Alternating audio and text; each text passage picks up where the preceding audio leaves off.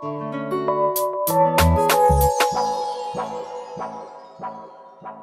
I think there was a little bit of good news today in the European Parliament in that we took a decision to set up a microfinance facility. Now, what does that mean? What is a microfinance facility?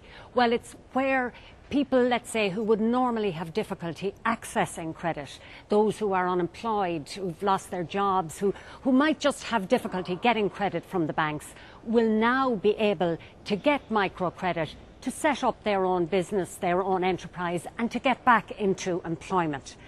But my big disappointment was that we couldn't agree with the Council on where the money would come from for the microfinance project.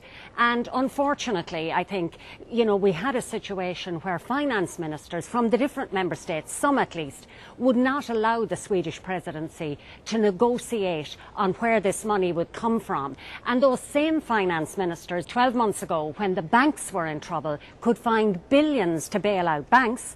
And yet, at the end of all of this negotiation, €40 million on a project over 4 years, covering 27 member states, was all that separated us.